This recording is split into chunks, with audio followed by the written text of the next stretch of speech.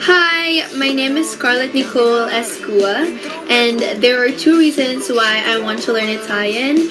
Number one is that I find the language very interesting, and number two is that I want to help my mom in dealing with her Italian clients. Studying in Philippine-Italian Association is like studying Italian but in a very simplistic way, and at the same time gaining so many friends. My favorite Italian expression would be che bello, which means how lovely. And my favorite Italian gesture would be, which means perfetto or perfect. Grazie mille. Ciao!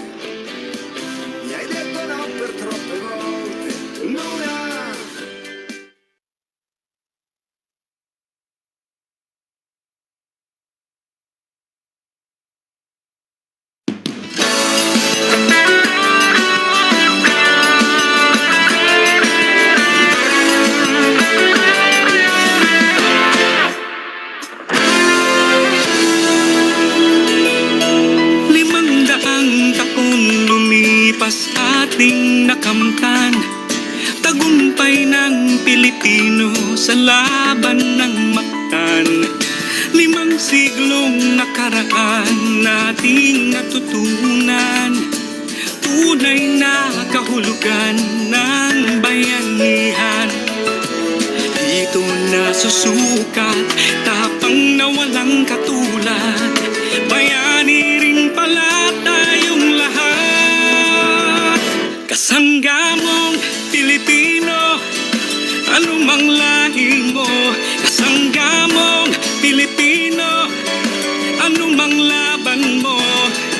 Sa timog o silangan, hilaga o kanluran, dito maaasahan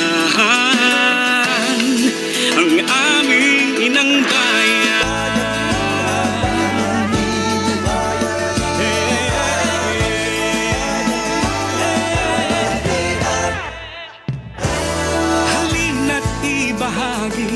Ating anyo't antas, ating ipamalas, handog ng Pilipinas. Kasama ang buong mundo, ating mababakas. Pag magkakasama ay may taglay na lakas. Dito nasusukat, tapang na walang katulad, mayani rin pala. Kasanggamong Pilipino, anumang lahi mo. Kasanggamong Pilipino, anumang laban mo.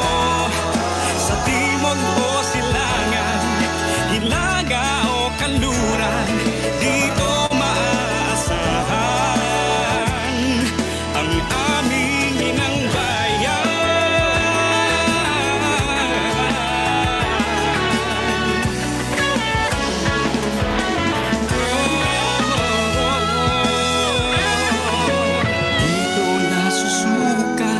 Tapang na walang katulad, bayani rin pala tayong lahat. Lahat, kasanggamong Pilipino, anumang lahi mo. Kasanggamong Pilipino, anumang laban mo. Sa timog o silangan, hilaga o kanluran, dito ang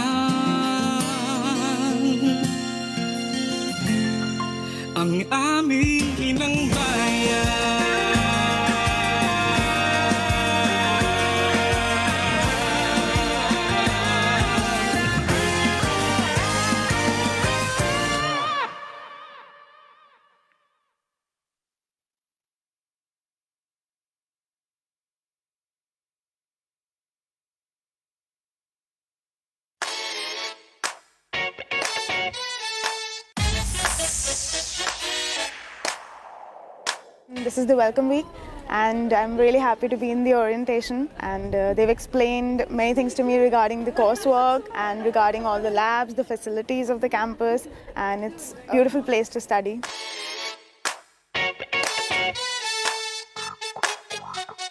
Hi, I'm Sandy. I'm from Zimbabwe, based in Germany. We have Risha, Johanner, and we have Johannes.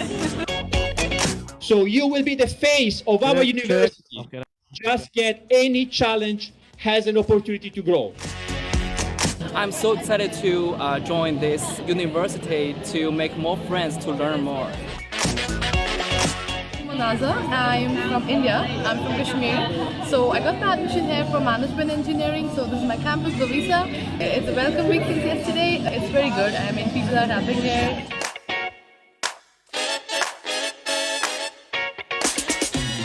Hi, my name is Aki. I'm from Japan, Tokyo, and I'm very happy to be here. Thank you. Hello! Welcome to Holy Me.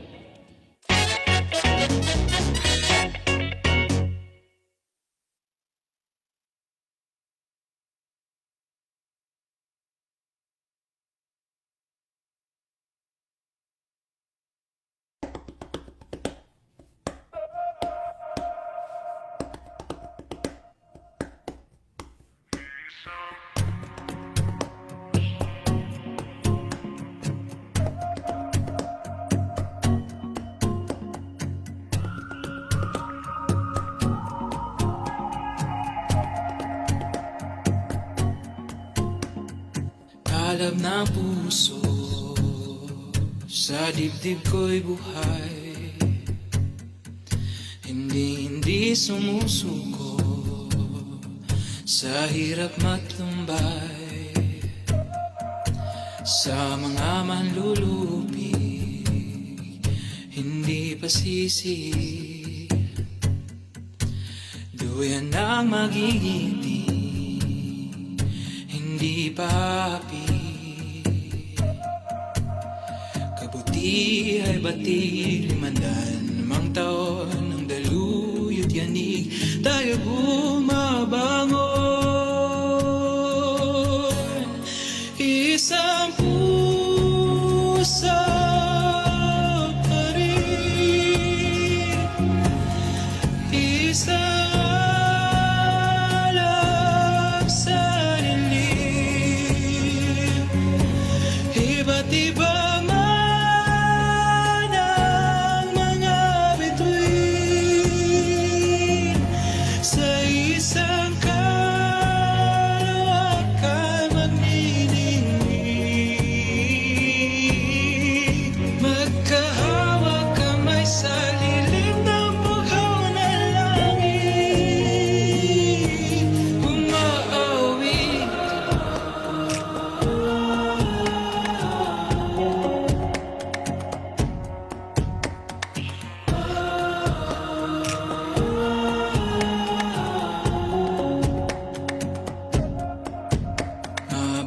sa putik, matapos ang bagyo,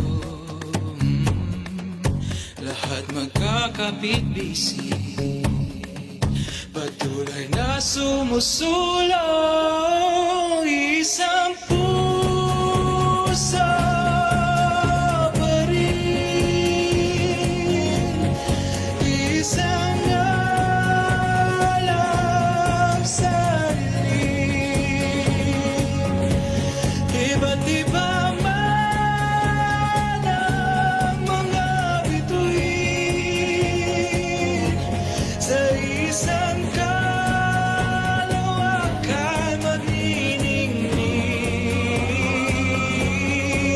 magkahawak kamay sa lilim ng bugaw ng langit. Kung magpabiling, dili magpapildi, nung galing awiton, dili magpahilom. Kung magpabiling, dili magpapildi, nung galing awiton, dili magpahilom. Kung magpabiling, dili magpapildi, nung galing awiton, dili magpahilom. Kung magpabiling,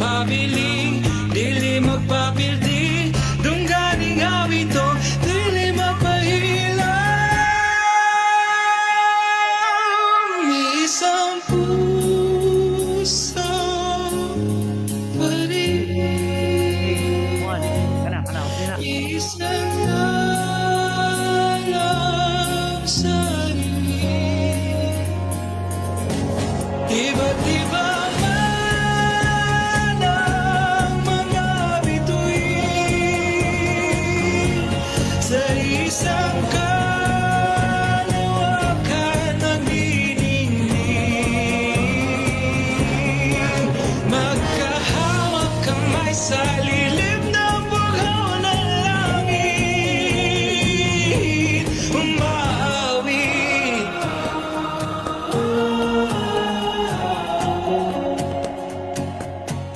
Umaawit.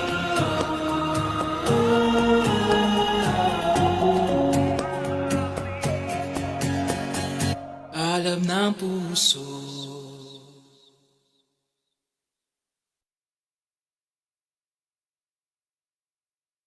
In the last 500 years, Filipinos have fought for freedom, unity, and equality. We have made our mark in many fields, from science and medicine to culture and the arts. We are beacons of creativity, resourcefulness, resiliency, and compassion. In 2021, the Filipino people will join the world in commemorating one of the greatest achievements of mankind, the first circumnavigation of the world. We celebrate this historic achievement by bannering an important message. Over adversity and struggles, we shall triumph, putting humanity first, always.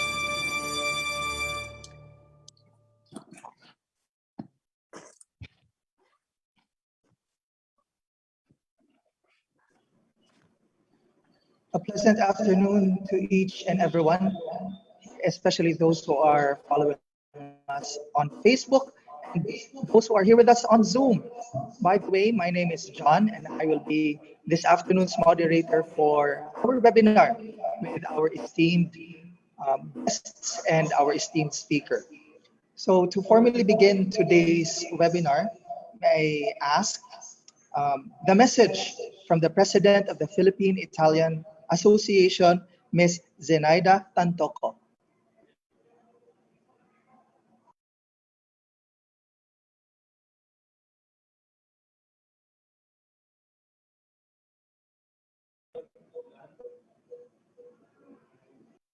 Good evening. First and foremost, I would like to acknowledge with pride the following important personalities who worked on the restoration of the historical monument to Antonio Pigafetta and express to them a heartfelt congratulations for their achievement. Honorable Mayor Edgardo Labella, Honorable Michael Rama, Vice Mayor and Chairman of the Cultural and Historical Affairs Commission of Cebu City, Dr. Rene Escalante, Chairman, National Commission for the National Historical Commission of the Philippines, Mr. Francesco Guidicelli, Honorary Consul of Italy in Cebu. It was 41 years ago, on April 12, 1980, that the unveiling of the Antonio Pigafetta Monument in Cebu City came to pass. It was made possible through a generous donation made by the Philippine-Italian Association through my father, Bienvenido Tantoco, who was then president. Other important personalities graced this event, including Mrs. Maria Pia Fanfani, wife of Italy's Prime Minister Amintore Fanfani, accompanied by His Excellency Ambassador Giuliano Bertuccioli of Italy. Bienvenido Tantoco Sr., accompanied by his wife, Mrs. Gliceria Ruscia Tantoco, Cebu City Mayor Florentino Solon, and Gianpaolo Lomi, a director of the Philippine-Italian Association. Antonio Pigafetta was chosen to be the subject of this monument because of his role as the Italian explorer and chronicler, who accompanied Ferdinand Magellan on his expedition around the world and landed in the Philippines. Antonio Pigafetta witnessed the first encounter between Filipinos and Europeans here in Cebu. He also witnessed the killing of Magellan by the Datu of Mactan, Lapu-lapu, who is considered the first Filipino hero because of his resistance to imperial Spanish colonization, which was recorded in the book of Pigafetta. Let us remember that monuments are very important because they represent the tribute paid by the community to great and historical figures of mankind. Congratulations once again to the Cultural and Historical Affairs Commission of Cebu City and the National Historical Commission of the Philippines for having restored this monument. For us at the Philippine-Italian Association, this monument still symbolizes the commitment of our association during its 59 years of existence in the Philippines to promote friendship and a closer alliance between Italy and the Philippines. Thank you, and please stay safe. Thank you very much once again to Ms. Zinaida Tantoco of the Philippine-Italian Association. Of course, as she mentioned that the Philippine-Italian Association was the organization that initiated the creation of the monument of Antonio Pigafetta at Fort San Pedro, which is going to be unveiled on April 13. That has also been restored recently by the National Historical Commission of the Philippines in partnership with the Cultural and Historical Affairs Commission and the Cebu City government, headed by the Mayor, Mayor Edgardo Labella, and Vice Mayor Michael Lopez Rama. So at this point, may I now call on from the Philippine-Italian Association, and to explain more on the making of the monument of Pigafetta, may I call on Mr. Alessandro Milani. A round of applause for him, please. Thank you. Good afternoon, everybody. So let me start with a big thank you to the National Quincentennial Committee and the National Historical Commission, as well as the Heritage and Cultural Office of Cebu City for organizing this webinar on Pigafetta in the Philippine history and arts with us, with the Philippine-Italian Association. If I may, I can just use 2 minutes of your time to tell you a bit more. Maybe you are interested. Who's the Philippine-Italian Association? So we are a non-profit organization created in 1962. And since its creation, as our president, Ms. Tantoco, said a while ago in her video message, we have been operating to foster friendship and mutual understanding between the Philippines and Italy, and we work in arts and cultural fields, as well as language and inter-university or educative projects. So today, after 59 years of existence, the Philippine-Italian Association has a language center where we teach Italian language mainly, but not only. We also teach Filipino language to Italians and foreigners. And for Italian language, for instance, we just developed an e-learning platform where learning material is available 24/7. And then we organize cultural events, or we take part in cultural events like here, and in the Philippines about Italian culture and arts, and in Italy every now and then also to promote Philippine culture and language. And we have here in Manila, our office is in Makati. We have a rich and precious library, which includes the largest Italian collection of books in Southeast Asia. And then we also offer assistance and information to Filipinos and Italians in a broad scope of matters, like assistance with their Italian pension, consular and administrative matters, etc. We also offer other language-related services like translations, subtitling, interpretation, but most importantly, the PI is what I was saying at the beginning. It wants to be a platform where Filipinos and Italians can meet and get to know each other better. So let's go back to the webinar and the topic of the webinar. The PIA is very happy to co-present this talk today about Antonio Pigafetta and allow us to contextualize him in the Philippine culture, history, and arts as well, as we will see. Antonio Pigafetta, it will be discussed much better later after me, but he recorded in his chronicles a major event in the history of the Philippines, the encounter between the Filipinos and the Europeans. His literary work, Relazione sul primo viaggio intorno al globo terracqueo, or report on his first voyage around the globe, includes the first accounts available on the language and culture of people from the islands of Samar and Cebu. And therefore, his literary work represents a bridge, a bridge that connected the Philippines to Europe, that brought knowledge of the Philippines in Europe. And 500 years later, is still able to take us back to that time, and in fact is still a major reference for those who study the Philippines, the pre-Hispanic Philippines. Therefore, it's understandable if in the late 70s, when the Philippine-Italian Association decided to erect a monument symbolizing the friendship between Philippines and Italy, thought of Antonio Pigafetta as a subject of that monument. And because somehow, thanks to these records, his chronicles, he embodies the encounter between the people from the two countries, Philippines and Europe, but Italy in particular.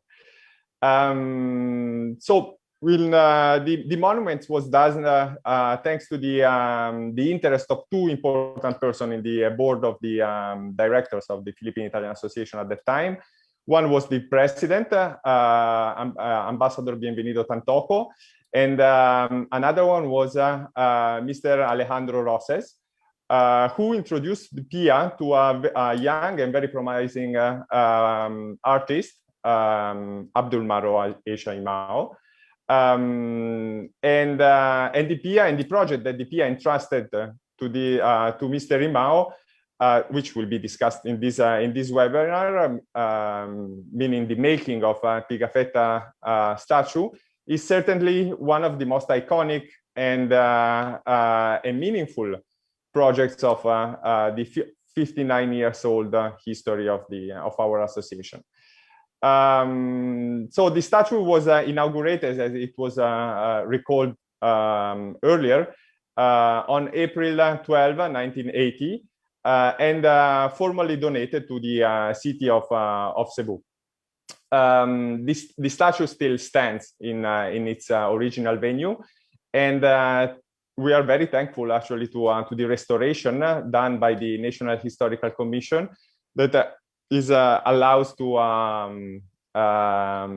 people to see it in its original beauty, splendor. And we are also very happy that the Commission enlisted the monument among the historical monuments of the Philippines. So in these days, we are remembering the 500th anniversary of the arrival of Magellan expedition, and with it Antonio Pigafetta to the Philippines, and but also the 41st anniversary of the inauguration. This is today, of the inauguration of the statue. So it's a double anniversary that gave us the perfect opportunity to reconnect with Antonio Pigafetta from the historical point of view and value for the Philippines, or meaning, and with the monument itself done by national artist Abdulmari Imao. So let me just take 1 second to reconnect with what Ms. Tantoco, our president, was saying in her video message about monuments and community. Monuments express many messages. No, very often the topic is history, and history needs to be seen in the context of culture. So the point of view, the cultural point of view that look at history.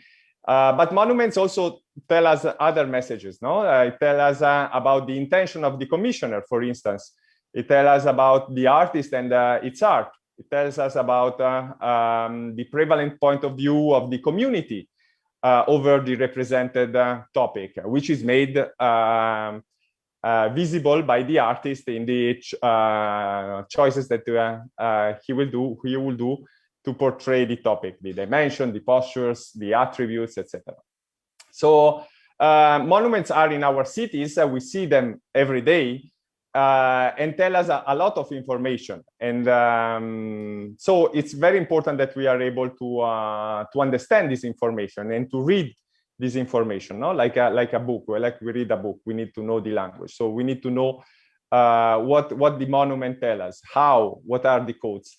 Because in the end, the monument doesn't just talk about the topic itself or the artist, but talks about the community, the past of the community. So how the community was looking at that specific topic.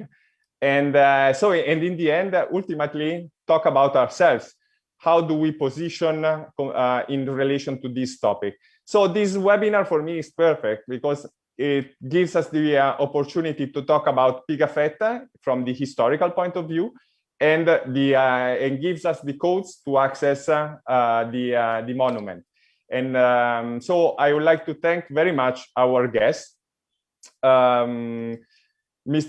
Juan Sajid Imao, well-known artist himself and the son of the national artist Abdulmari Imao, who made the statue, who will share interesting stories about his dad, particularly during the period where his dad was working on the monument of Pigafetta. Thank you also to Mr. Rommel Aquino, officer in charge of the Material Research and Conservation Division, which is the scientific arm of the Restoration and Conservation Project of the National Historical Commission of the Philippines. And a big thank also to Professor Danilo Gerona, currently director of the Partido Studies Center and the newly created Magellan Elcano Studies Center at the Partido University in Camarines Sur, because he will give us, as I would say, the code to access the historical figure of Pigafetta. And he will do this through Italian and Spanish archival sources, and he will guide us at the rediscovery of Pigafetta. So honestly, I'm very excited to hear their presentation. Since the beginning, when I contacted them, both Professor Gerona and Mr. Imao, we had very interesting conversation, and I'm sure that it will be very interesting. So I will not take more time. Thank you very much. Salamat. Grazie. Thank you very much, Mr. Alessandro Milani of the Philippine-Italian Association. And at this point, I think it's about time for us to also hear from the side of the artist himself. We would be hearing from the son of the sculptor of the Pigafetta monument, national artist Abdulmari Imao. Ladies and gentlemen, may we have Mr. Juan Sajid Imao.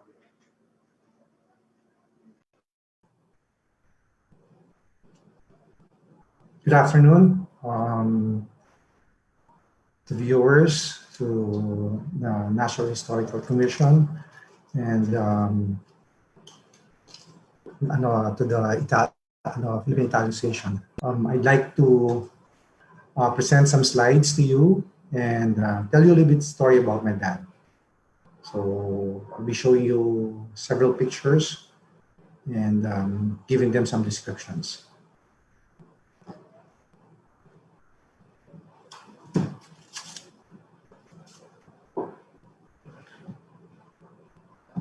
Let me take you on a brief journey through the life and art of my father, Abdulmari Imao, the artist behind the Antonio Pigafetta sculpture.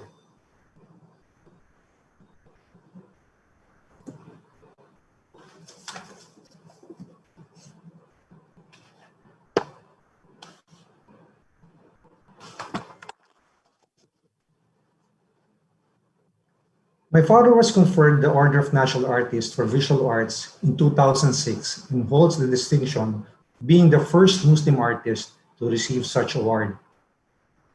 He is also recognized for popularizing and promoting contemporary sari-manok and ukil designs in both his paintings and sculptures. Not many know that prior to his being declared as national artist, my father was also the recipient of many firsts. He's the first Filipino Muslim to receive the 10 Outstanding Young Men of the Philippines Award for Visual Arts in 1968, the first Mindanaoan artist to receive the Gawad CCP para sa sining in 1990, the first Filipino metal casting consultant for Sri Lanka and Thailand. Further, he was the first Asian to receive the grant from the prestigious New York Museum of Modern Art, popularly known as MoMA, in the 1960s to study in Europe and Scandinavia.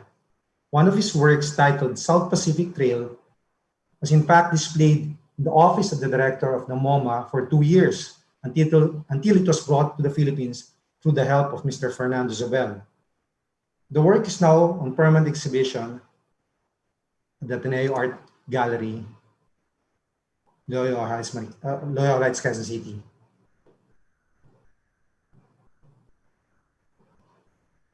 This is a picture of the South Pacific Trail sculpture that is now housed in the Ateneo Art Gallery.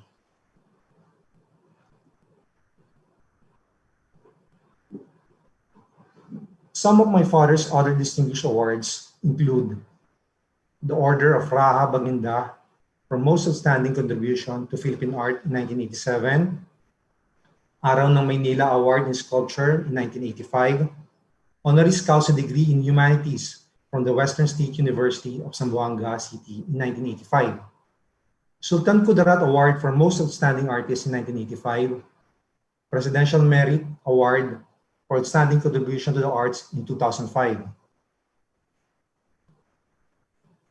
Let me share with you some of his works that I greatly admire. This is a hammered brass sculpture that's now located in PICC. It depicts Sultan Kudarat's battle against the Spaniards. A calligraphic work depicting Allah. This is located beside the Vargas Museum in UP Diliman. A portrait of Elpidio Quirino. It was eventually cast in bronze, which actually stands beside the Quirino Grandstand in Ross Boulevard, Manila. This is a pen and ink. I admired the details that my dad did in his sketch. It is a work that he did way back in 1975. Probably did this when he was visiting MSU.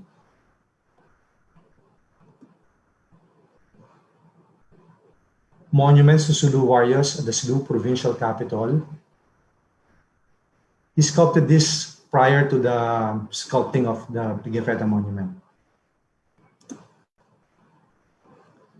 I also like to share you the humble beginning of my dad. My father was born on January 14, 1936, to a Tusug stone crusher in Jolo. He would often tell us how, as a young boy, he would sell peanuts inside the theater, the only movie theater at that time in Jolo. Just to help his family make both ends meet, he would sell these things. He also sold ice drop and popsicle, and was at one point a market cargador. He would also help in his father's business, which is crushing stones, and sell this for 35 centavos per container. He was determined to get an education, which to him would open the gateway for a better life. He went to high school at the Sulu Trade School, where he discovered his love for wood carving. In 1995, a floating exposition called LST docked in Jolo, and he was amazed by the artworks he saw.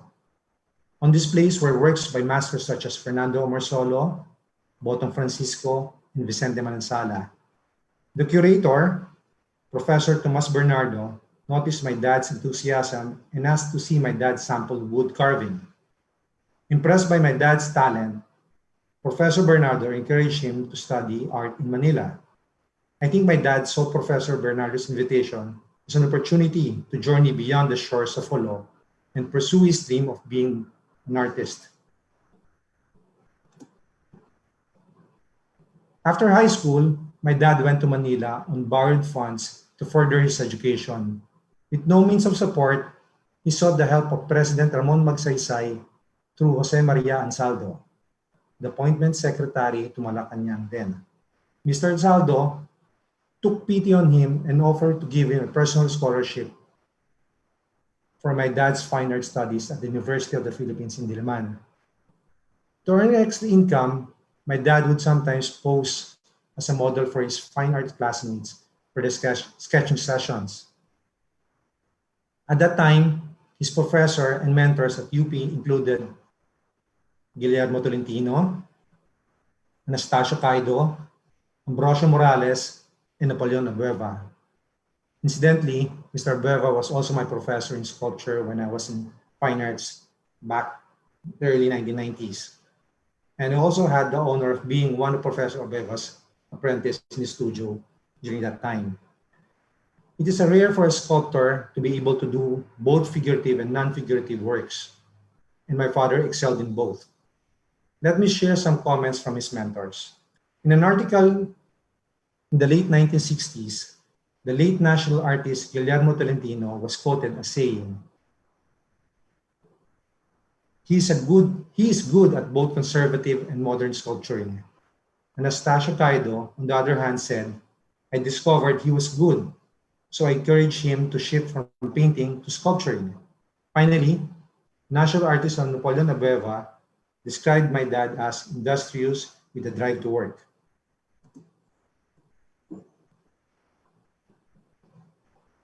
After obtaining his degree at UP, my dad was awarded the United States Smith Fulbright Scholarship at Kansas University, where he honed his knowledge of sculpture and casting. He also studied ceramics and photography as a Rhode Island School of Design scholar, and even studied film directing and documentary filmmaking at Columbia University. He had such broad creative range as an artist, has been described by CCP and the NCCA as a versatile and prolific Filipino-Muslim artist. He is a sculptor, painter, filmmaker, culture researcher, art educator, and metal casting technologist. My dad loved photography. Many of his photos and texts would appear in various publications. Let me share some of his photographs with you. This is a photograph of a Bajau village that he took around the mid-1960s that was eventually published in Cebu Star. A photograph of a Bajau woman and a Tausug woman wearing a traditional costume.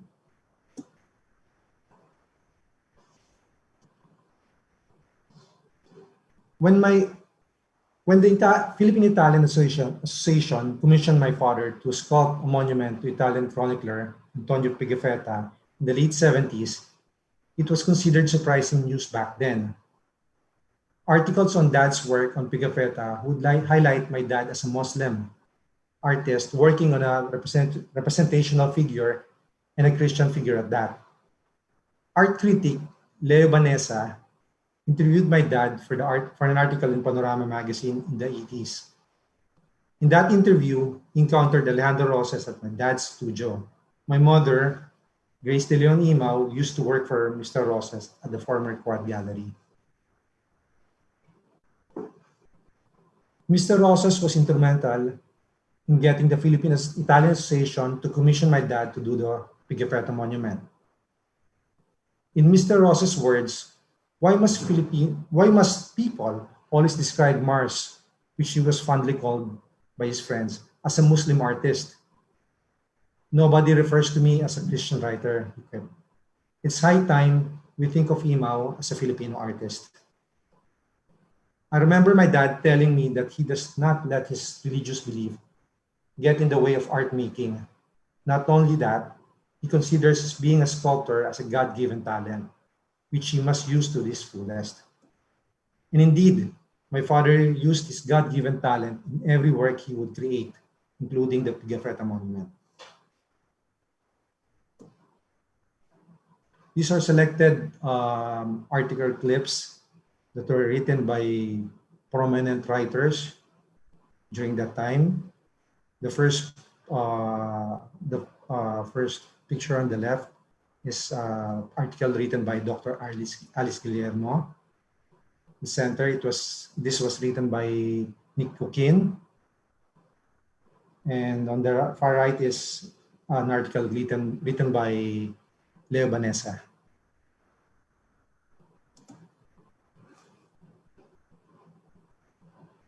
According to art critic Dr. Alice Guillermo, in the 1980 article that I showed a while ago, my dad considered the monument a challenge to do a huge figure in bronze using the age-old lost wax method. The Pigafetta monument stood at almost 12 feet in height. This was my dad's biggest on-the-ground work during that time. Previously, however, he had done around 8-foot statue of Sulu warriors at the Sulu provincial capital. Monuments of Pigafetta scale take a lot of time to finish. It took my dad more than 2 years to finish the Pigafetta monument because of the sheer size of the statue, as well as technical consideration when it came to bronze casting. My dad even built his own foundry behind our house just to cast the Pigafetta monument. Bronze casting is no easy task. The casting stages are very tedious.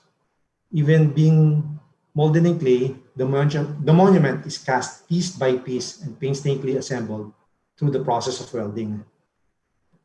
As I grew up and I myself pursued a career in sculpture, I gained a deeper appreciation of the hard work that goes into creating each and every monument.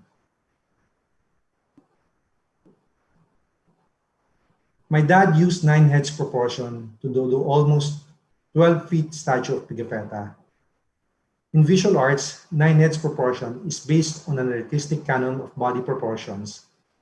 It is used to make human figures look heroic. My dad had to do thorough research on Pigafetta before he could make an appropriate depiction. He depicted the Italian chronicler holding a quill on one hand and a book on the other. The figure also carries a sword, which probably represents Pigafetta being knighted. The costume has a cross insignia on the Order of Malta. From what I've read, Pigafetta came from a place near Venice from which he was conferred the knighthood of Pigafetta. My dad had to work on the Pigafetta scape separately before carefully attaching it to the monument. The drapery of the cast suggests movement as if it being blown by the wind. If you'll notice, the figure of Pigafetta was already cast in bronze, and the cape has a different shade because it was still made out of clay. I was about 9 or 10 years old when my dad started working on the Pigafetta monument. I recall how my dad would ask me to help water the clay, and almost every day, just to prevent the clay from drying out and falling off the wire wooden frame or the sculpture. I would carefully climb the scaffoldings and wet the clay using water spray. My dad used earth clay as such. It had to be regularly moistened to prevent it from drying out. My dad's studio was like playground for me and my brothers. As a young boy then, I would sling on the scaffoldings around the monument and imagine that these were my monkey bars. I would tinker with my dad's sculpting tools and his mounds of clay, and I would create my own toys, enjoying every minute of the process.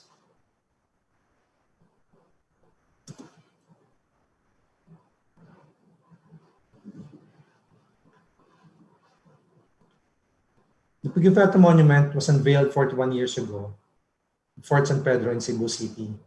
Little did I know then that I would later build a monument near my dad's work.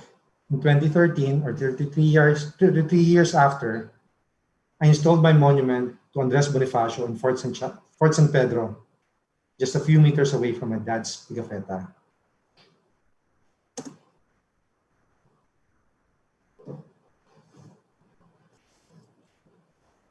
Dad and Pigafetta were both chroniclers. They both documented the world through their chosen medium.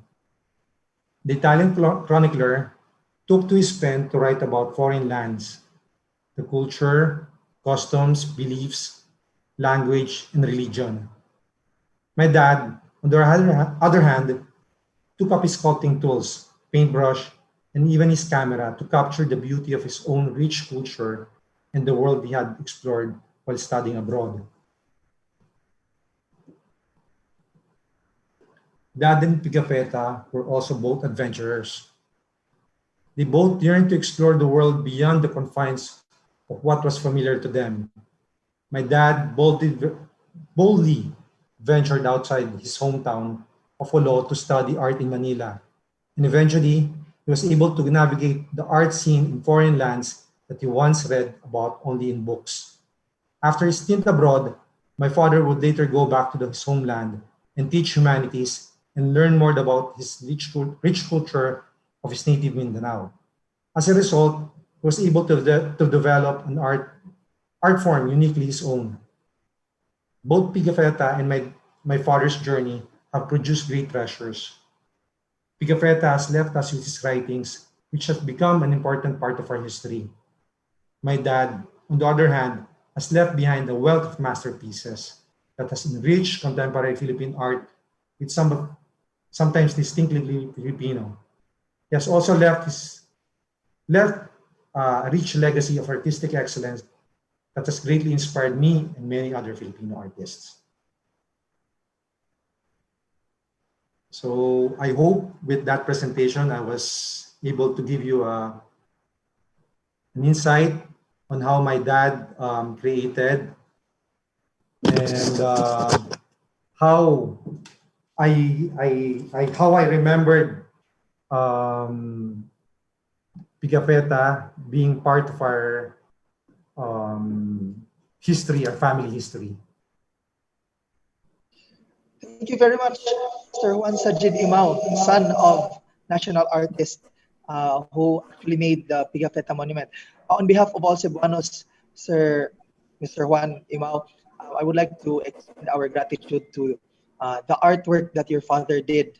The monument will continue to remind the present Cebuanos of the legacy of Pigafetta and his legacy as well. And of course, you, I just found out that it was you who did the Bonifacio Monument in Port San Pedro. Thank you very much for that as well, sir. So at this point, I think we have already heard from the Philippine-Italian Association and Mr. Juan Sajid Imao about the monument that is going to be unveiled tomorrow.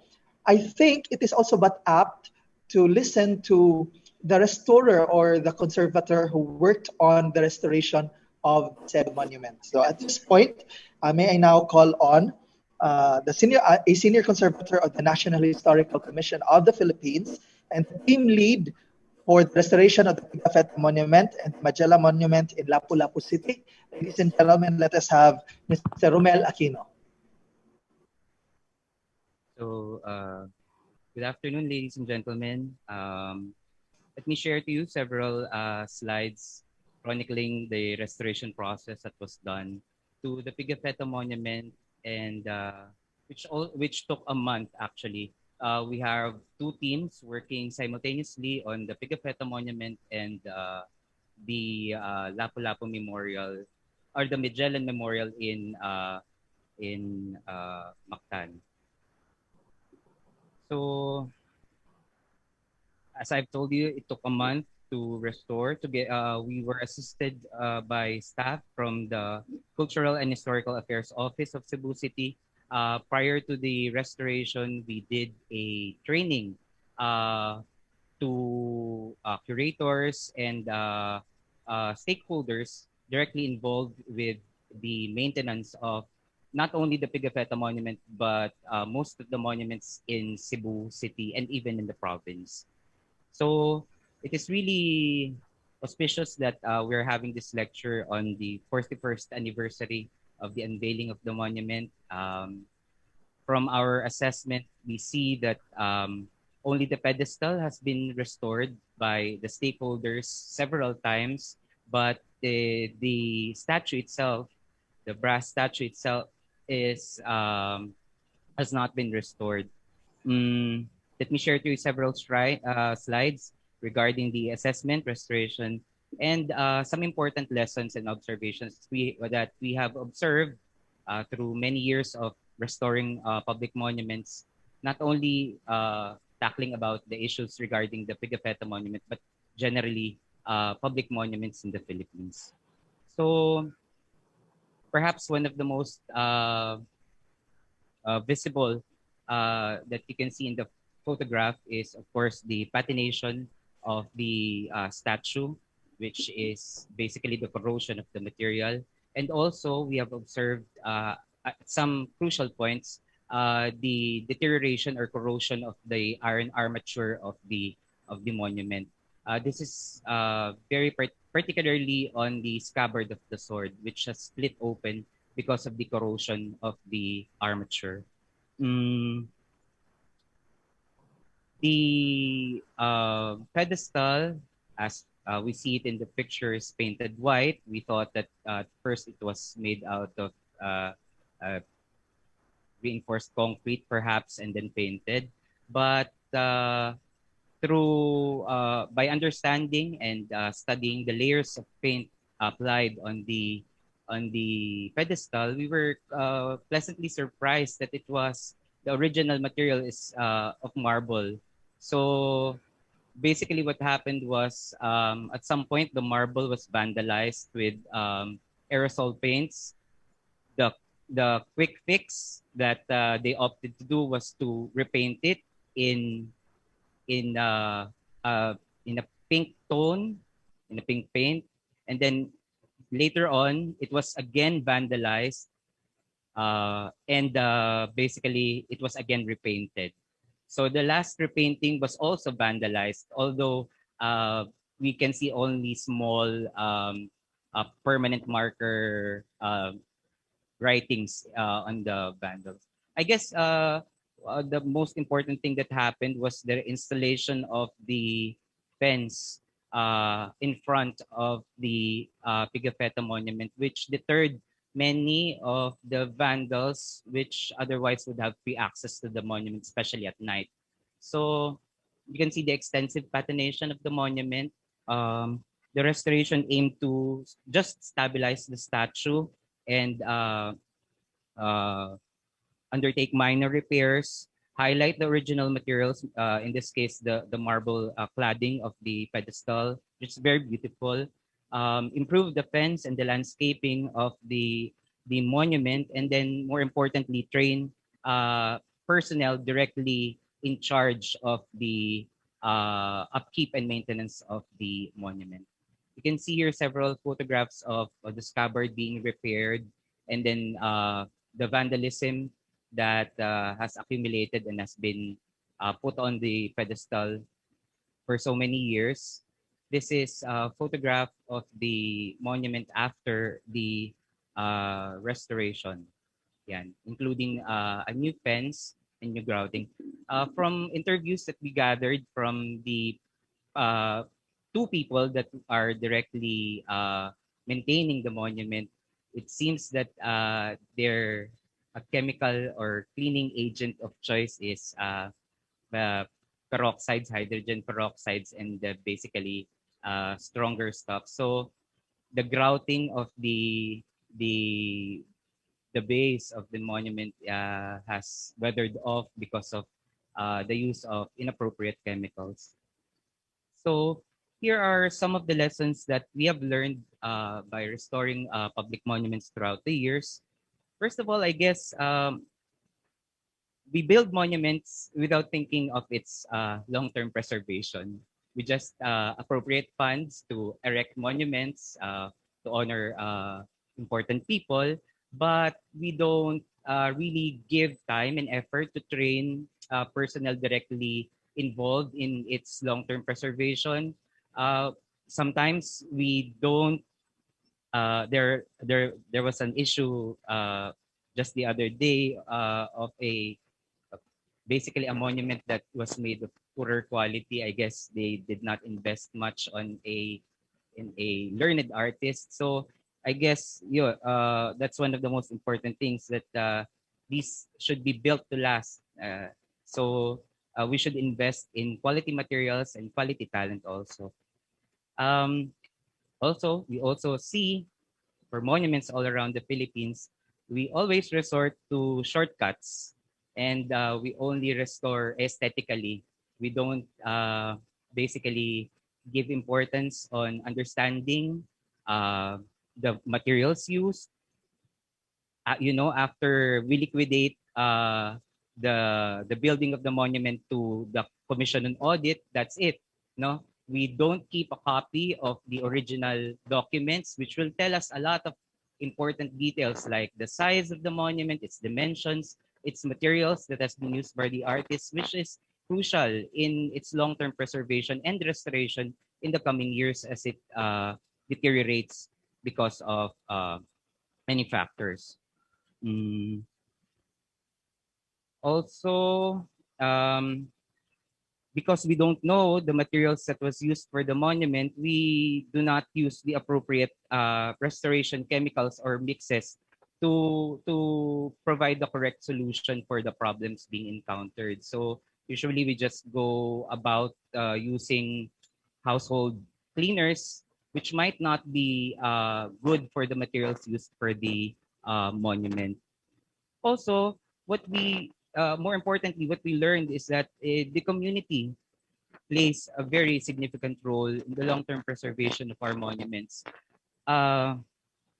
Informed park goers, stakeholders, and our frontliners to preservation, if they value enough the monument and know its history, why such person or event is being honored, I think they would initiate reporting vandalisms, acts of vandalisms, and deterioration to the people. So I guess informing the stakeholders, the immediate stakeholders, more importantly, is key to again the long-term preservation of the monument.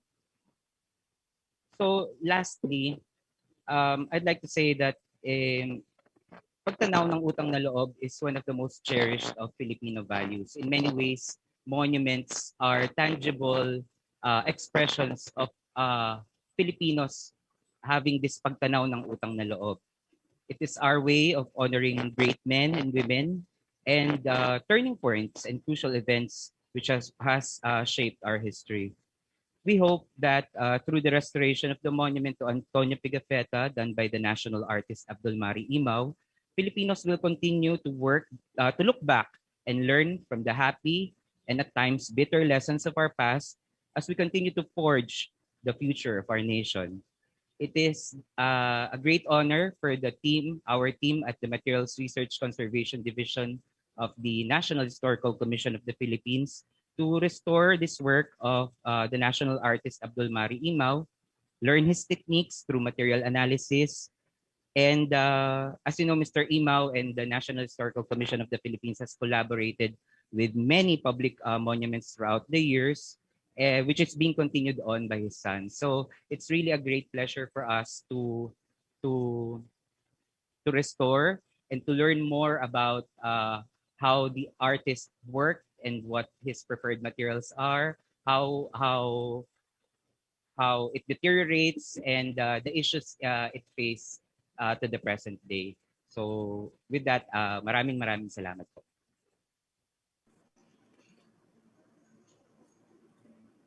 Thank you very much, Mr. Rommel Aquino, Senior Conservator of the National Historical Commission of the Philippines. On behalf of the Cebu City Government and of all Cebuanos, we would like to extend our gratitude for the restoration done to the Pigafetta Monument. At least this time, the restoration that was done in the most correct way, and that it will ensure the proper preservation of the monuments for more generations to come. Thank you very much, Sir Rommel. So at this point, I think many are as excited as me for this afternoon's webinar because we have a very esteemed speaker to talk about Antonio Pigafetta himself. Earlier, we already talked about the monument that has been constructed in Cebu City, but today This time, we will now talk about the person himself. So our speaker this afternoon is an esteemed historian and a Magellan scholar. So without further delays, may I now call on our speaker, Dr. Danilo Gerona.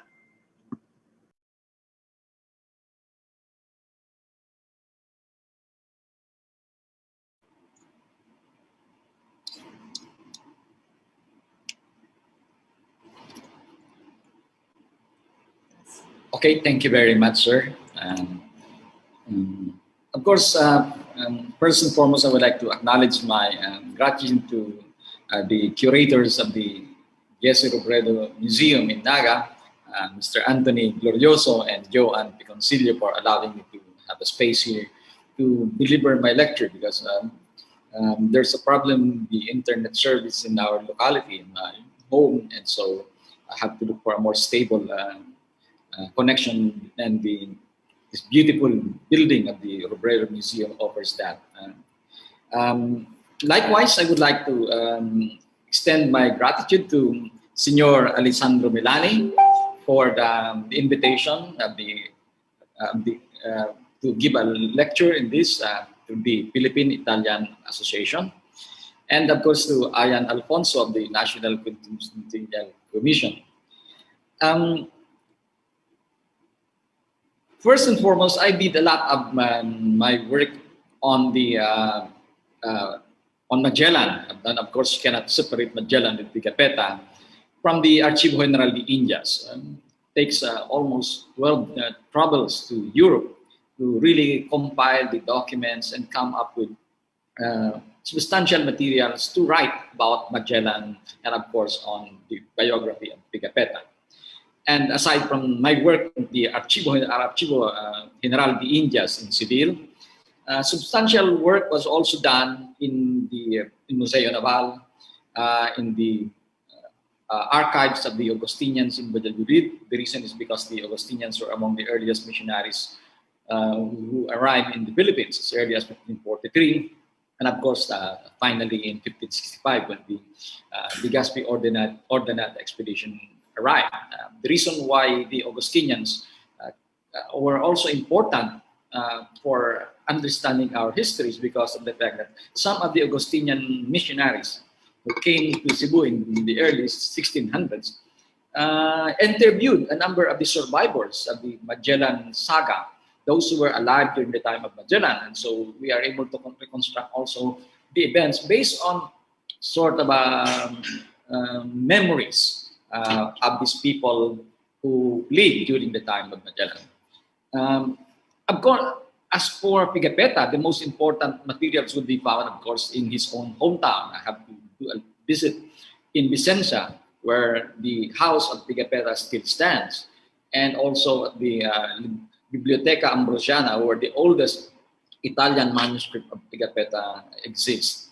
And, so these are some of the sources from where I would reconstruct the biography of Antonio Pigafetta. Now, for a long time, until very recent time, probably a decade ago, most of us were educated in Philippine history, which only mentions of Antonio Pigafetta as the chronicler of the expedition. Other than that, we virtually knew nothing about him, how he looked like, until, of course, with the existence of the monument that we just discussed earlier. But then we virtually know nothing about him, how he, who were his parents, what was his educational background, where did he come from, what was his nationality, except from the fact that we are familiar with the fact that he was an Italian. But other than that, he was simply a page in a history book. There was nothing that is concretely human in our understanding of Pigafetta. And of course, most of what we have about him, even the monument in Vicenza, were in a way derived from certain accounts, from certain stories as to how he really looked like. But it's very, very difficult to really establish the exact image and even the identity of Pigafetta until, as I said, until very recent times, when we have when a number of documents started to come out So I would like to discuss three things in my lecture. First, I would like to put some flesh and blood into the name Pigafetta. Who was he? Where did he come from? What's the family background? What's the genealogical roots? The other thing is I would like to say something about the role of Pigafetta in the Magellan expedition. We always say that he was the chronicler, but other than that, who was he? What was his work in the fleet at Magellan? And the third thing is, what was his contribution in world history? We have always acknowledged the contribution of Pigafetta in terms of the chronicle of the expedition, but probably there are other things that he had shared to the world, which probably has not been adequately assessed and understood by history. So we now go to the first discussion on Pigafetta's narrative. Just to give you an idea, this is the Biblioteca Ambrosiana in Milan, where, as I said, the Pigafetta, the Italian manuscript of Pigafetta was kept. And here is the city of Vicenza, and where Pigafetta was born and lived for some time, and where his house still stands until today.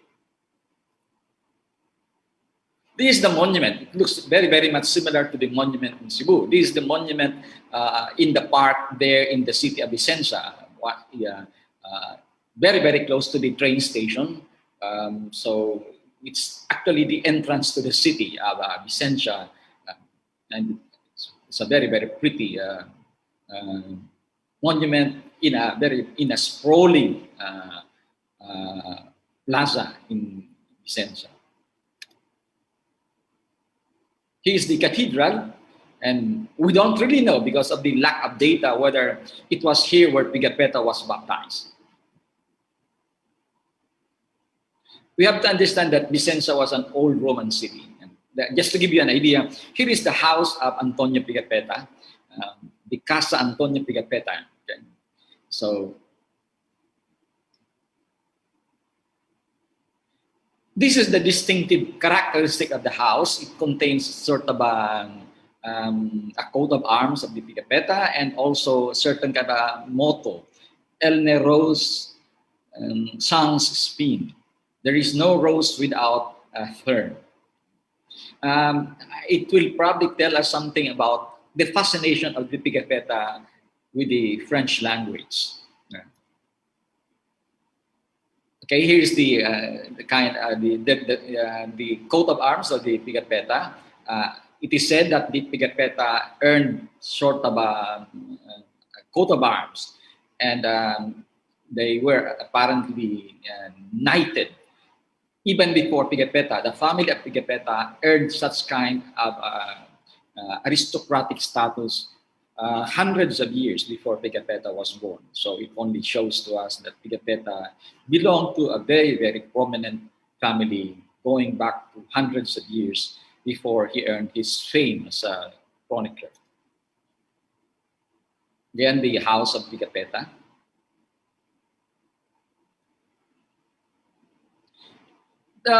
It's not very clear where did the name Pigafetta came from, although some documents would refer to him as Pigafetta, but we know him in history as Pigafetta. So they said it comes from piga, corruption or derivative of figna, which in Italian means pine or a cone, or plega.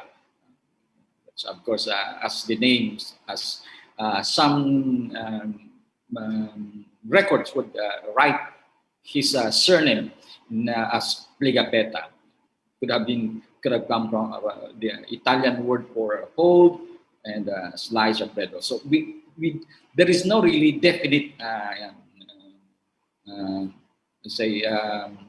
interpretations on this, because most of these are actually conjectures made by historians in fairly recent time. But the first important lead on the life of the biography of Pigafetta came from a work written in 1663. So more than sort of 140 years after the Magellan expedition. It's more of a chronicle of the city of Vicenza. And it mentions here of Pigafetta. So if you will notice, there's a certain name there, Pigafetta, which describes where he came from. It says that they came from Florence. So, and there are, as you will see in succeeding discussion, I will mention some of the earliest names of the Pigafetta family, the genealogical roots of the Pigafetta family. Here is also another document. It says here, this was actually printed in 1604. So more or less about 70 years after the return of the expedition to Seville. And here, it's interesting because it lists, the book contains a list of the prominent family of the city of Vicenza, going back to early period until what he says there, the Conle Modern, the modern period, which refers to the particular era in 1600s. So here, among those mentioned as a very, very prominent families of the city was the Pigafetta family. So there is a list about the prominent personalities and families of the city going back to the early period of their history. But from the available data, some of them were taken from deeds of sale, from some ecclesiastical records, would tell us that one of the earliest mentioned Pigafetta was a certain Tommaso, and the document was dated 1231. So the Pigafetta had been alive. The family of Pigafetta had its roots even during the medieval age and probably even before that. But the earliest available document which mentions about Pigafetta in the person of Tommaso. Then there was a certain Ordano. Again, the year was 1251. And another mention about Pigafetta was Odorico, who was the father, and Matteo, the son. And this document was dated 1290. And here, there is another piece of document. Very little information says that there was Sandro, Enrico, and Tommaso. And the year was 1340. And it says that Sandro, Enrico, and Tommaso was actually the son of Matteo. Matteo was the son of Odorico, and Matteo was the father of Sandro, Enrico, and Tommaso. So these are some of the early Pigafetta that we have known in the history of Vicenza. But you might probably ask, where did the Pigafetta family come from? As the chronicle says, the Pigafetta family must have migrated from Florence around 1251, probably during this time of Ordano. The reason for the migration, based on, again, this is not from conjectures, but based on a certain document, it says that they escaped from Florence because of the tyrannical rule of Frederick II of Sicily, which was about in 1250, and a certain Isilino, who was also another aristocratic person, but earned notoriety for being very, very cruel. And so the family, the ancestors of Antonio Pigafetta had to leave that particular, the city of Florence, and migrated to Padova, and later on found their way to Vicenza. Here is the family tree, the immediate family of Pigafetta. Earlier on, we never knew who was the parents of Pigafetta. Were the parents of Pigafetta, did he have any siblings? And here we got, based on the reconstructions we have to make from available chronicles and available documents, it says here that he had his grandfather Antonino and his grandmother Isota, and the couple bore children. You have Elizabeth, Chiara, Francisco, and then you have Giovanni. And what is interesting is that Giovanni was actually the father of Antonio Pigafetta. Can I eliminate this?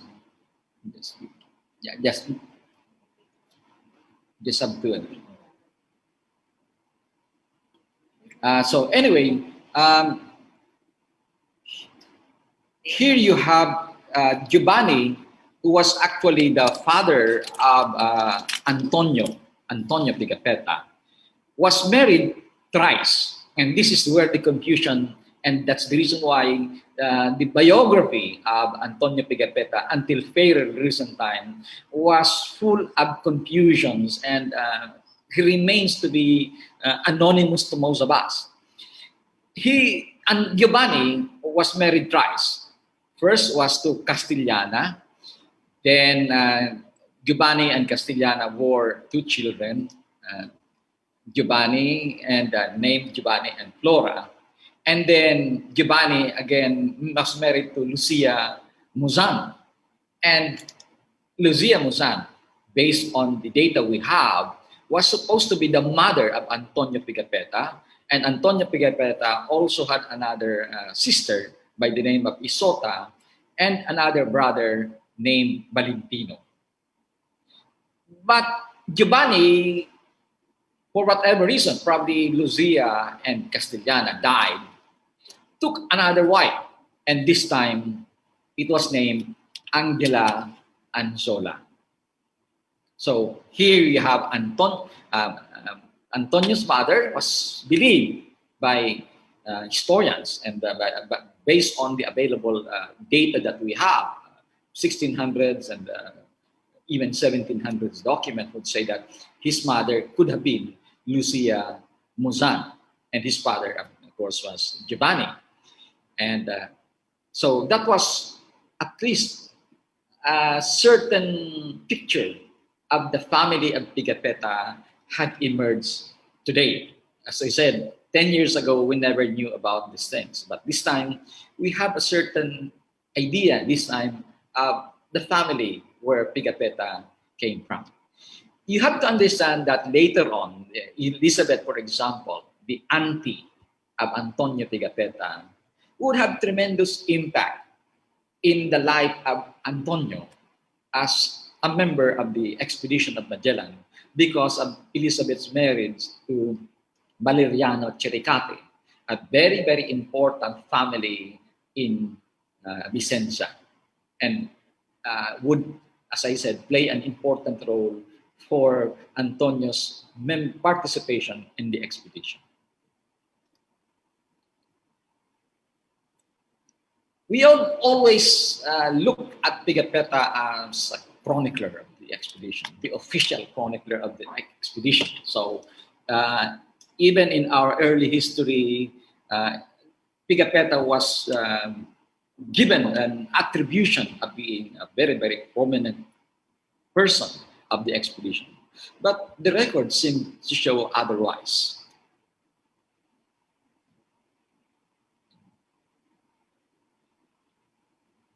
First and foremost, how did Pigafetta come to become a member of the expedition? First, we have to understand the fact that although we do not have specific information about the scholastic background of Antonio Pigafetta, where did he spend his education, what course did he take, or there is the few available information we got from the 1600s and 1700s records showed and described Pigafetta with a very, very impressive intellectual makeup, an academic, in a way, accomplishment. They would say he was a philosopher, he was a mathematician, he was an astronomer. Although, as I said, there were no specific documents which provide us hint whether he really studied this particular discipline or in what university did he go to. But one thing is true, he certainly acquired a tremendous education as compared with the ordinary Vicentian at the time. And we know for a fact that his grandparents and even his relatives earned renown in Vicenza in the later part of the 1400s as well-educated people. That there were no doubts about this. Some of the available data describe them as even being patrons of the book publications. One, Mateo, was said to be a judge, and some of his brothers were actually, or uncles of Antonio Pigafetta, played an important role in the local government, in the city government of Vicenza. But here, there is a certain important building here. This is the Palazzo Chericate. And it's important for me to relate this family of Chericate because Chericate is the link to Pigafetta's involvement in the expedition. Remember, the auntie, Elizabeth of Pigafetta, was married to Valeriano Chericate. And the Chericate family, as I said, is one of the most aristocratic families of Vicenza. And one of the members of the family of the Chericate was Francesco Chericate. Francesco Chericate was a bishop, and he was assigned as the papal nuncio to Andalusia by the Pope at the time. So, but then we have to understand that Chericate is a very, very influential bishop.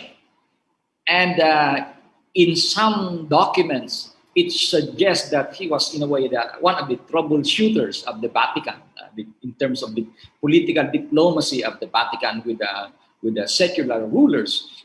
Chericate played a very, very important role. And Pigafetta became close to the Chericate, as I said, because of the marriage of his auntie, Elizabeth.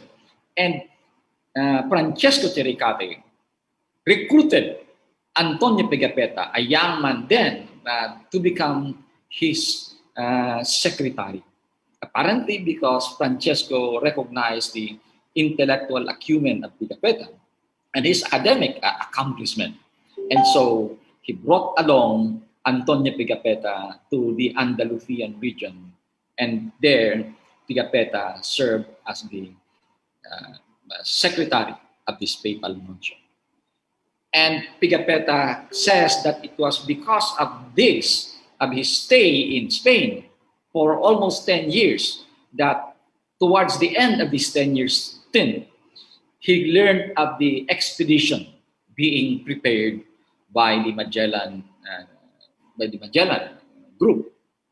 And it fired his interest to become a member of that particular expedition. And apparently, because of the connections he got, particularly Francesco Chericate, Antonio Pigafetta was able to join the expedition.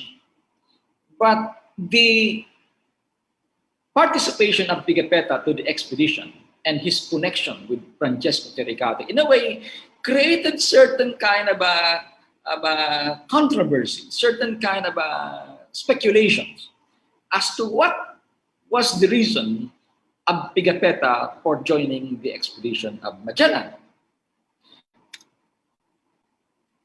We have to understand the fact that, as I said, Pigafetta came from a very, very wealthy aristocratic family, long roots going back to the medieval age, and until the time that he became a secretary of Francesco Chericate, Pigafetta, the family of Pigafetta, wielded tremendous influence and power and wealth in the city of Vicenza, and probably even in Veneto, in the region of that particular region there, probably even as far as the region of Lombardy. What is interesting in Pigafetta's role in the expedition is the fact that this is, I would say, one of the enigma, one of the controversies, one of the curiosities of Pigafetta's participation is, if you look at the official records at the Archivo General de Indias and even the copies of documents made by Martin Fernandez de Navarrete, one of the pioneers of the Magellan historiography in the world, and he kept records of this. He kept copies of these documents from the Archivo General de Indias and brought them to the Museo Naval in Madrid around 1790. And here, nowhere can you find the name Antonio Pigafetta in the passenger manifest, in the crew manifest of the expedition. There was no Antonio Pigafetta listed in the members of the expedition. What is found was only the name Antonio Lombardo. And the document says in Spanish, Antonio Lombardo, criado de Fernando Magalhães, natural de Vicencio, que es en Lombardía, hijo de Juan y Anzola, su mujer, de haber de sueldo. Okay. Now, and this is the, on the right side, on my right side is the document. This is a copy, I would say, not because the handwriting shows. Anybody who immerses himself in the archival documents of the Magellan expedition would outright identify the document itself by the handwriting, by the paleography. You can already immediately identify when was the document written. And I would say, as I said, this was a copy of the document, most probably copied by Antonio, by Martin Fernandez de Navarrete, because it's no longer as complicated as the 1518 documents that you would see in the AFIO, in the Archivo General de Indias, because the documents, the Magellan documents, are could hardly be read because they look like Arabic, so to speak. But here, the document, it mentions of Antonio Lombardo, criado, and it says there, criado de Fernando Magallanes. So there was no Antonio Pigafetta. There was only Antonio Lombardo. And earlier on, historians could not identify who this Antonio Lombardo was. They always assumed that there was Antonio Pigafetta because it was the name signed in the chronicle of the expedition. But when you check them with the official records of the expedition, there was no Antonio Pigafetta. Why? Why was there no Antonio Pigafetta?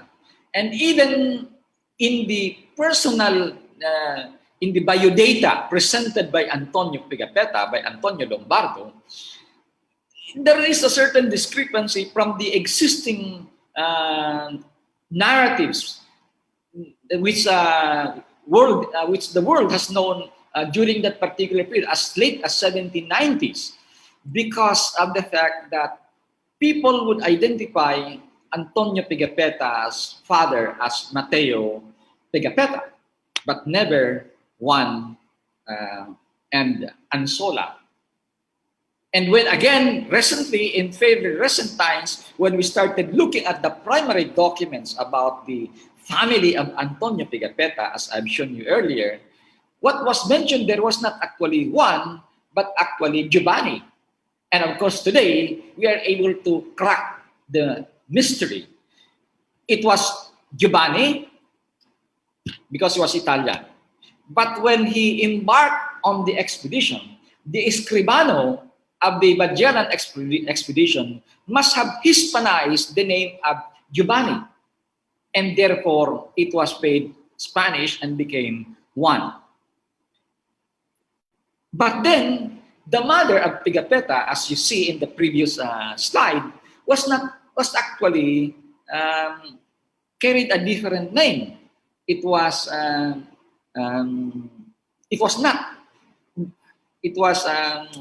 just correctly. The name of the mother was, of course, was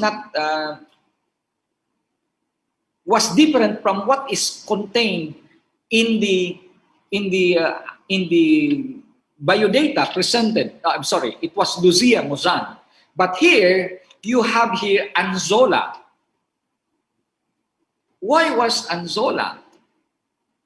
Because of the fact that there was the name of the other wife of Giovanni, named Angela Anzola. So here in the document, or in this when Magellan or Pigafetta, registered in the expedition, he was using the name of his father, which was Hispanized into one, and his not his actual mother, but the wife taken by Giovanni, apparently because the mother of the actual biological mother of Antonio, Lucia, must have already died. So Antonio adopted the name of the last wife of Giovanni, which is Angela Anzola. But why is it that somebody asked this question to me? Why is it that Pigafetta indicated Angela Anzola as his mother when in fact his biological mother was actually Lucia Musan? Well, it requires certain understanding of the expedition.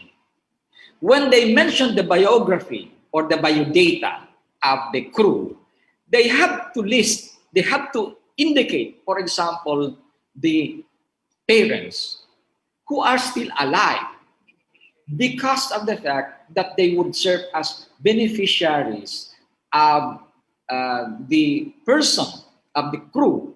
If the crew dies, then the benefit should accrue to those who are alive. So if Pigafetta would mention the name of Lucia Musan, then probably he would not get anything because the mother was actually dead. And therefore, this purpose for giving the name of the mother as Anzola was mainly because they would serve as the beneficiary of Antonio Pigafetta should he die in the expedition.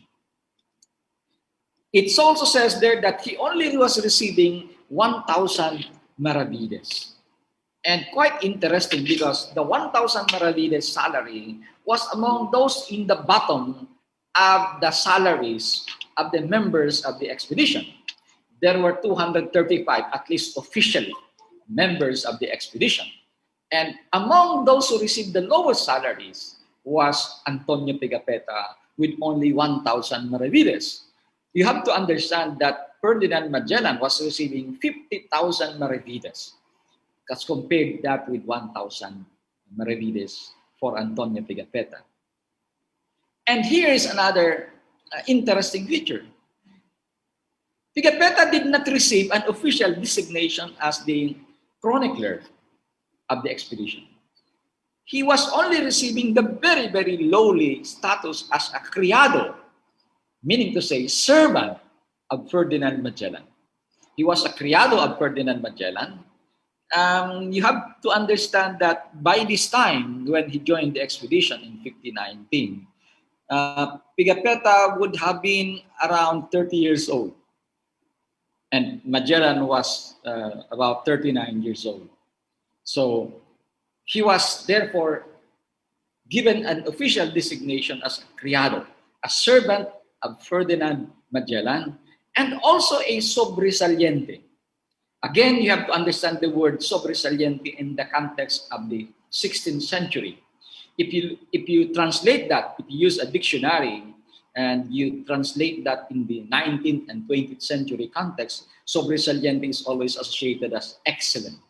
But in the 16th century, especially in the expeditions at the time, a sobresaliente is a position in the ship in which he is simply an alternate.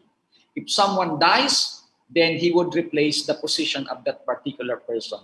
And so this is showing to you that Pigafetta was not a special person in the expedition.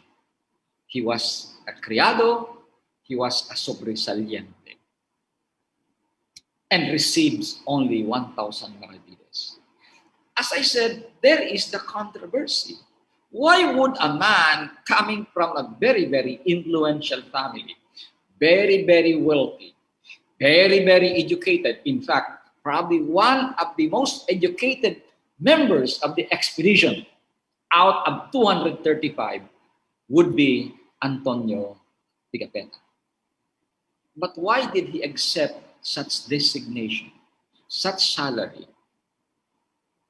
Well, I said it aroused certain kind of controversy, certain kind of, you might say, speculations, certain kind of conspiracy theory. Some would say that because probably Pigafetta joined the expedition because of the fact that he was serving as a spy, probably a spy of the Italian government. The other theory was that could it be possible that Antonio Pigafetta was spying for the Vatican? The reason is because at the time, the monarch who approved of the proposal of Ferdinand Magellan was very, very young. He was 17 years old. And he was barely a year in the throne. And Charles, the monarch, who was 17 years old, was not even a Spaniard. He was Flemish. He was from Flanders. And he was brought up in a Germanic tradition.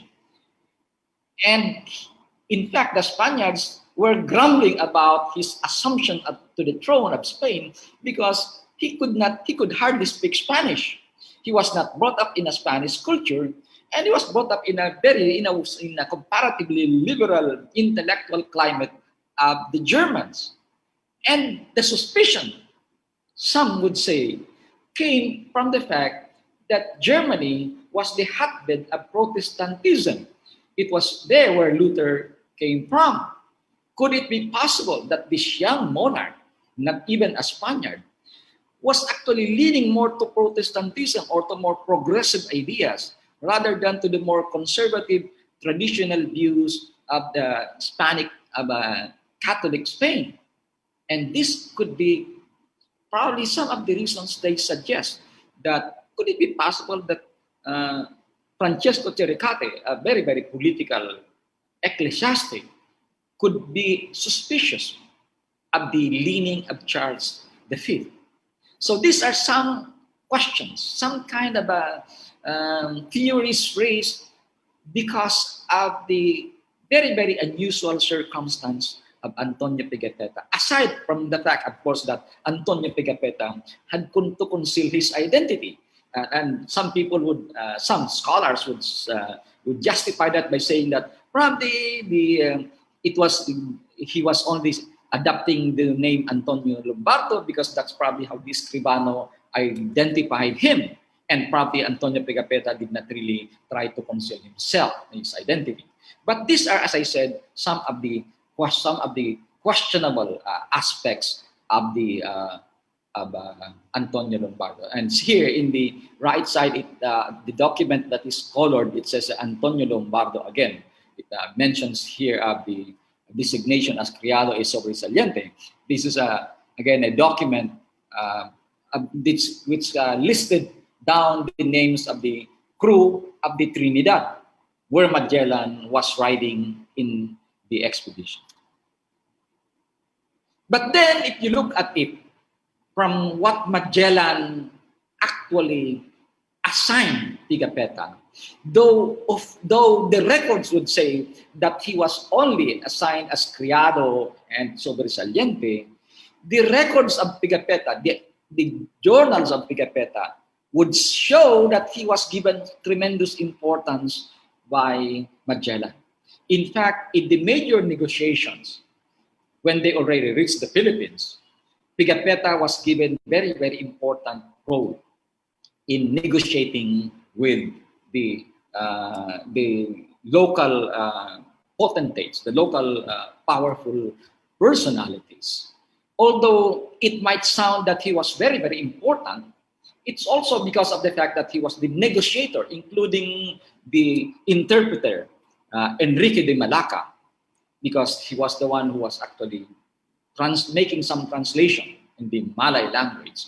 together with Antonio Pigafetta. The fact that Antonio Pigafetta was made to accompany the translator, he was therefore given the mandate to negotiate for Ferdinand Magellan. Apparently, Magellan did not immediately go down and talk to the natives.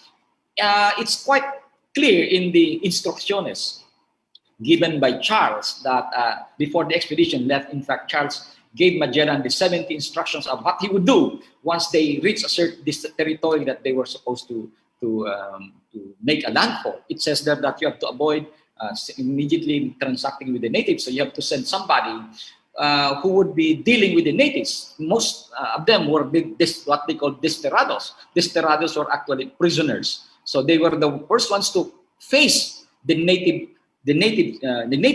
because if ever they were hostile, they would be the first ones to suffer. And that could also be the risk of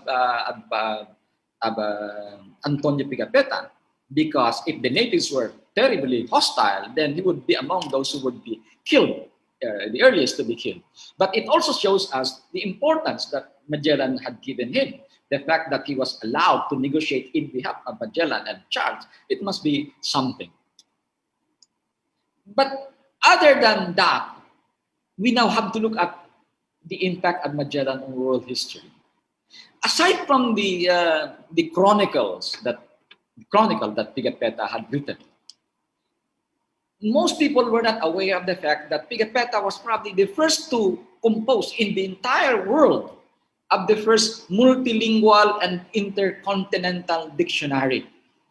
The reason is because Pigafetta composed a dictionary, started compiling when he landed in the Philippines, in Cebu. He started gathering some words from the natives and started putting them into writing.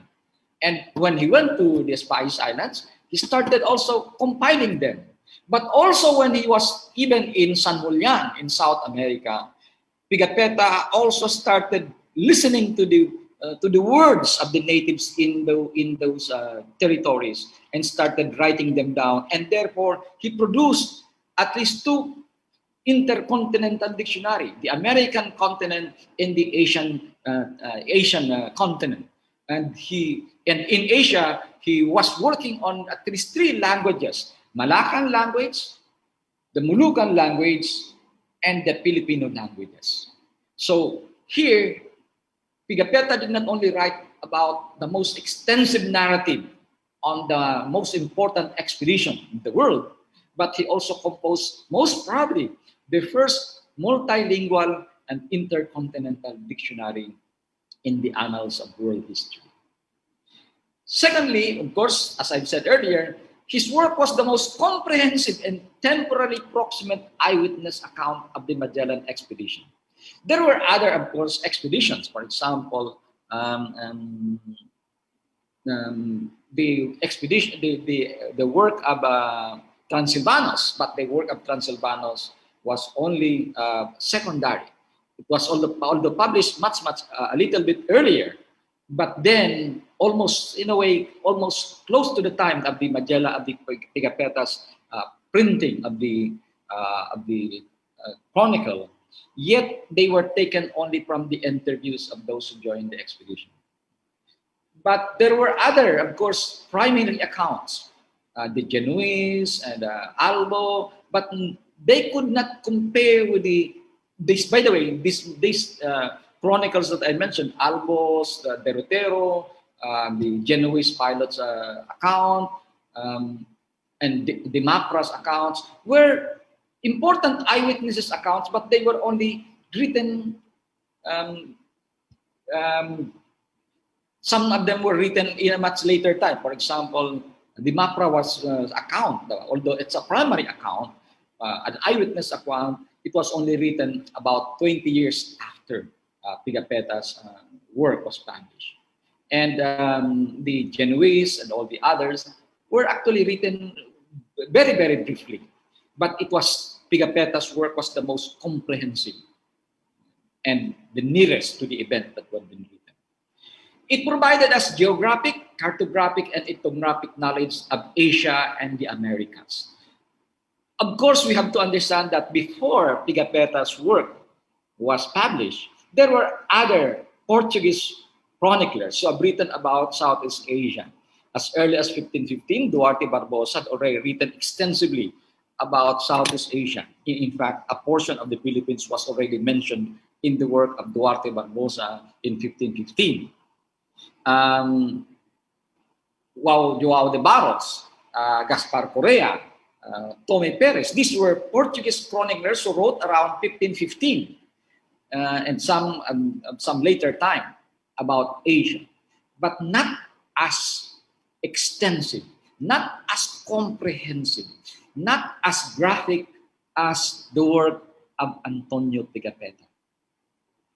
So in terms of style of writing, Pigafetta's work would probably excel the rest of these. Finally, Pigafetta provided us the most empirically validated navigational and astronomical knowledge about the expedition from Spain to Asia. The reason is because Pigafetta, in fact, had written a certain treatise on navigation where he made sketches of how man, of a sailor, would make use of the stars to guide him in his journey. And so he contributed significantly in terms of navigation and in terms of astronomical knowledge. Likewise, Pigafetta had introduced certain elements in world literature. Take, for example, the case of William Shakespeare. The play of Shakespeare, The Tempest, it carried there a certain character named Setebos. Setebos was supposed to be a giant, and Pigafetta wrote of this name, Setebos, in his journal because Setebos was the giant they encountered, supposedly they encountered in Brazil. And in 1569, there was another publication about different trees, different species of trees, and it mentioned there, it quoted there, the work of Antonio Pigafetta when he made a description of certain trees in Borneo.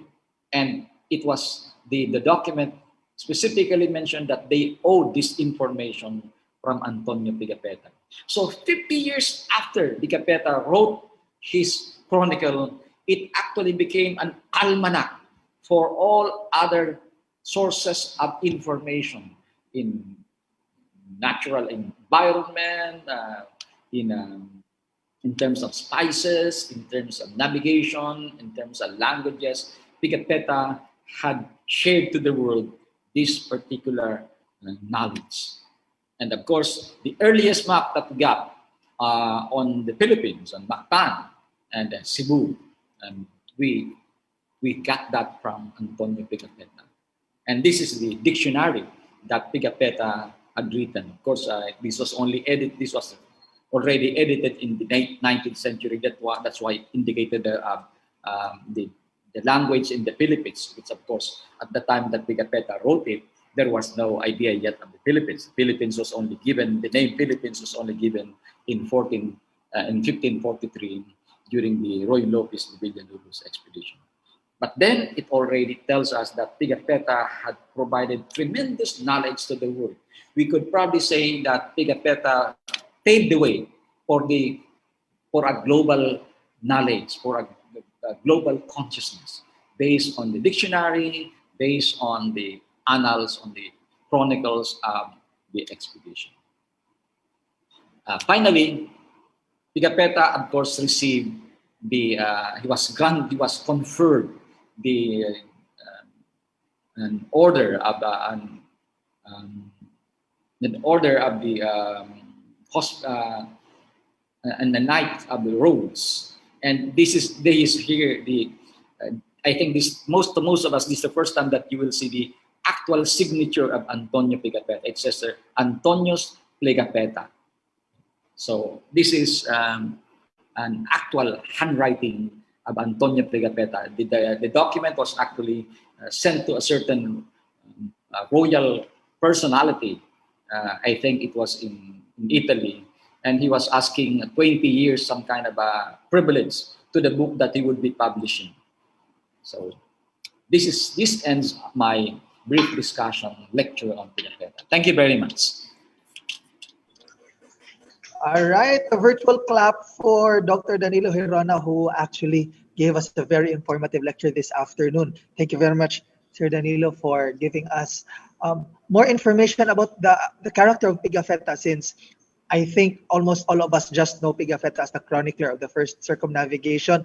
But today you gave us all those information. Thank you very much once again, sir. But to concretize our thanks for you, sir, and to also our panelists this afternoon, we had Ms. Zenaida Tantoco, Mr. Alessandro Milani, Mr. Juan Sajid Imao, and Sir Rommel Aquino. On behalf of the City Government of Cebu, we are going to give you some tokens. I would just like to show this to you virtually because we will be sending this out through mail. And also your certificates will also be emailed lang po. So we have prepared a tote bag from the Cebu City Government. This will be given out to you. And inside the tote bag is an umbrella with the Quincentennial Commemorations, a lanyard, and a, what do we call this? Tumbler here in silver. All right, so to all our panelists this afternoon, thank you very much for being with us, especially, of course, to our speaker, Dr. Danilo Gerona, for that. Despite all the questions that were presented, I think we are very limited with time. So hope all those who would like to ask questions to Dr. Gerona, you may actually reach out to him personally if you would really like your questions to be answered. But as of this moment, I think we have no more time. But this has been John, your moderator for this afternoon, thanking everybody for this afternoon's participation. Good afternoon and have a good day ahead.